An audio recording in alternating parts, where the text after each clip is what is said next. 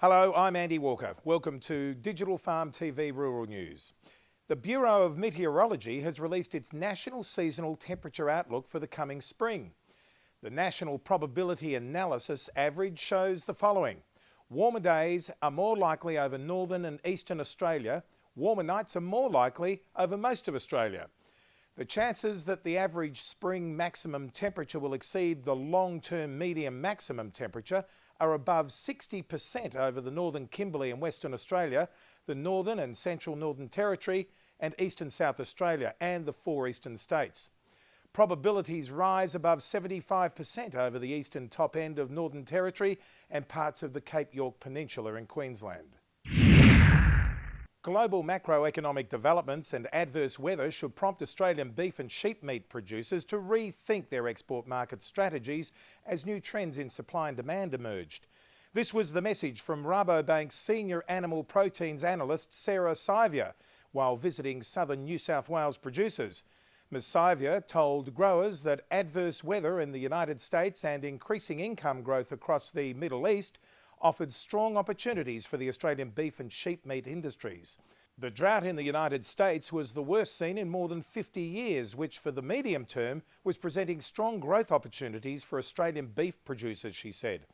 Australian exports to the US were up 40% this year, and Rabobank saw this as being likely to continue at these levels, depending on the Australian dollar's strength in coming months.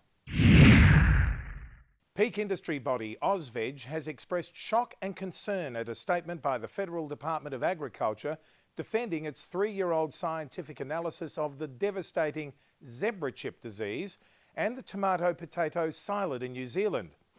Zebra chip is described as an unknown pathogen, and the tomato-potato psyllid is a pest insect from North America which New Zealand biosecurity admits was still spreading across that country.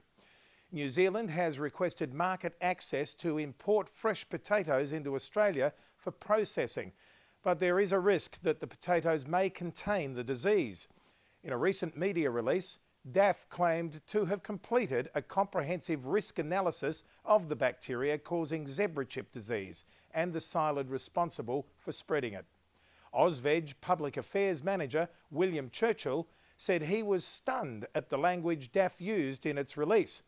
So much has changed during the past 3 years from a scientific perspective, he said. The Grains Research and Development Corporation is asking lateral thinkers to step forward and speak up.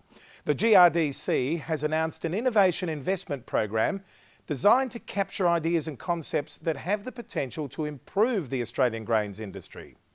Manager of Commercial Farm Technologies, Paul Mybushk, says the Innovation Investment Program aims to draw on the broader field of invention and innovation to solve the grains industry's most intractable issues.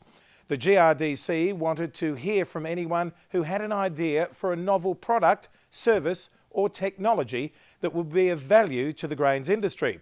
The GRDC will invest up to $150,000 in short-term proof of concept type projects. New findings of barley leaf rust in Western Australia's southern cropping regions have prompted a warning to growers to inspect their crops now for the costly disease and spray infected crops early.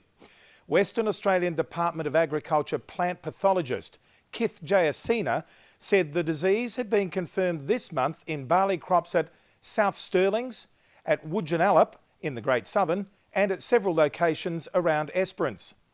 Dr Jayasena said leaf rust could cause yield losses of up to 45% in untreated susceptible barley varieties and could also reduce grain quality.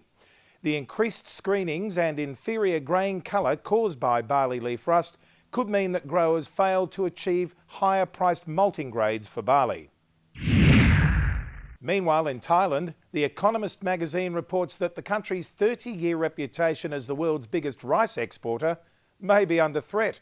Respected economic think tank, the Thailand Development Research Institute, recently reported that exports had fallen by 44% year on year since January, making it almost certain that the country would be knocked off its perch as the #1 exporter by either India or Vietnam. This was reportedly alarming exporters and had an unsavoury political taste to it, the magazine said.